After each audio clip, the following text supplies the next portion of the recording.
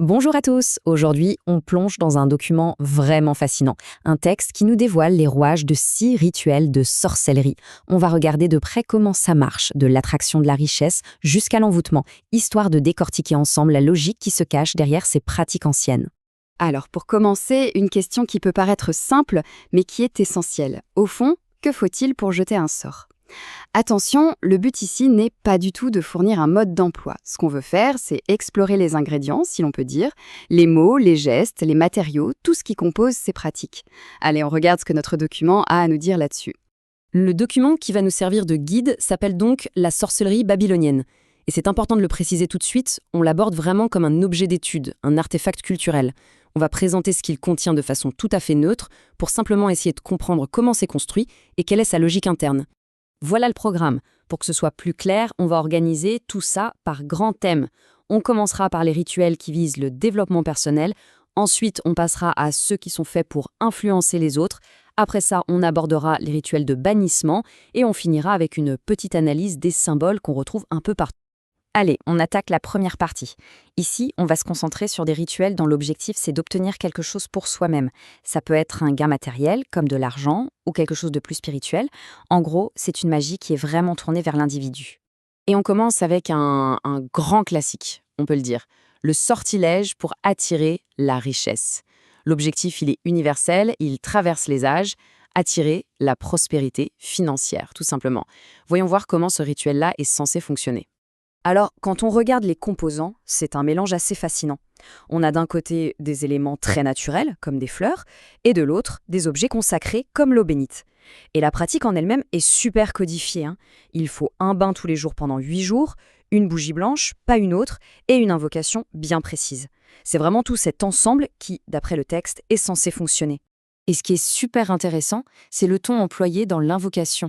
Ce n'est pas du tout un ordre du genre « donne-moi de l'argent », non, c'est une marque de respect. Ça ressemble plus à une prière, une demande très humble qui est faite à une force plus grande.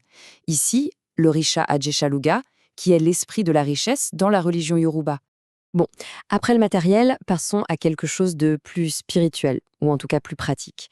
Le deuxième rituel de cette catégorie, il sert à trouver l'inspiration, ou alors à recevoir de l'aide pour retrouver un objet que l'on a perdu. Et là, attention, on a un exemple parfait de ce qu'on appelle le syncrétisme. L'invocation, elle est adressée à qui? À saint Antoine de Padoue, que beaucoup connaissent dans la tradition catholique comme celui qui aide à retrouver les objets perdus.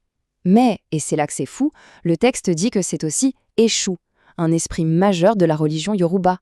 On a une fusion totale de deux univers de croyances. Ok, on change de registre maintenant, on passe à la deuxième grande catégorie de rituels. Et là, l'intention, elle est radicalement différente. Le but n'est plus de s'améliorer soi-même, mais bien d'exercer une influence, un pouvoir sur quelqu'un d'autre. On commence donc avec ce que le texte nomme l'envoûtement proprement dit. C'est une technique assez classique de magie dite sympathique. L'idée, c'est de créer un lien direct avec la personne qu'on vise en utilisant un objet qui lui a appartenu. Le processus est on ne peut plus direct. Le point central, vraiment, c'est associer deux choses. Un acte physique très concret, on brûle un objet personnel, et la force supposée d'un texte sacré, en l'occurrence un passage bien précis du psaume 119. C'est l'alliance du geste et de la parole. L'autre méthode pour influencer quelqu'un est beaucoup plus subtile. On pourrait même dire un peu insidieuse. Ici, on va utiliser un objet de tous les jours, un simple billet de banque, pour servir de support, de vecteur au sortilège. Et là, les ingrédients sont assez marquants, on va dire. Il faut donc un billet, bien sûr, mais aussi des feuilles d'une plante spécifique, le pommier de Sodome, et un élément très personnel, l'urine de la personne qui fait le rituel. D'ailleurs, l'utilisation de fluides corporels, c'est quelque chose qu'on retrouve très souvent dans plein de traditions magiques. C'est vu comme un moyen de créer un lien extrêmement fort, très intime. Bon, maintenant, on entre dans la catégorie la plus intense des rituels de ce document. On n'est plus dans l'amélioration personnelle, ni même dans la simple influence. Là, l'objectif est clairement de nuire, de repousser ou de chasser activement quelqu'un ou quelque chose. Le premier rituel de cette section ne laisse aucune place au doute. Il s'agit de la malédiction infernale. Le nom dit tout, en fait. C'est une attaque magique, directe et agressive lancée contre une victime. Et la source du pouvoir qui est invoquée est très explicite. On voit ici la liste des noms qui sont récités pendant le rituel, clairement, on n'appelle pas des saints ou des esprits de la forêt, on fait appel à des entités considérées comme infernales. On va chercher la puissance dans un registre qui est volontairement très sombre. Et regardez ça, c'est une illustration parfaite d'un autre élément clé, l'importance des nombres, de la numérologie. Rien n'est laissé au hasard.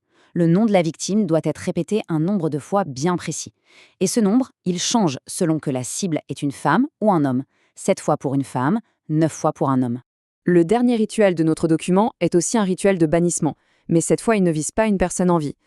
L'objectif, c'est de chasser l'esprit d'une personne décédée d'un lieu, d'une maison. Une sorte d'exorcisme, mais pour un endroit précis. Au centre de ce rituel, il y a un symbole, le signe Jagla. Le texte nous explique même de quoi il est fait. C'est la combinaison de 2 figures issues de la géomancie.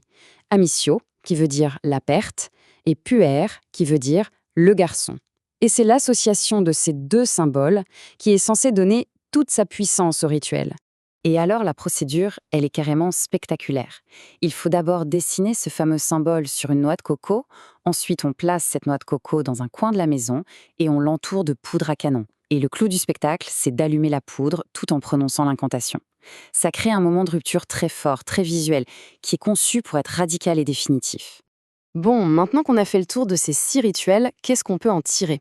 Essayons de prendre un peu de hauteur et de voir s'il n'y a pas des éléments en commun, des sortes de fils rouges qui connectent toutes ces pratiques entre elles. Et quand on met tout à plat, c'est assez éclairant. On voit se dessiner une espèce de boîte à outils magique, si on veut.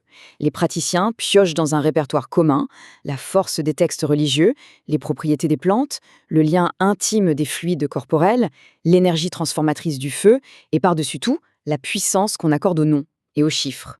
Et on va terminer là-dessus avec une question qui reste en suspens.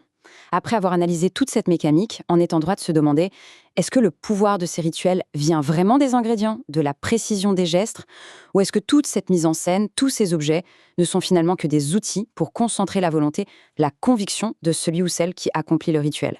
La question reste ouverte. Merci d'avoir suivi cette analyse.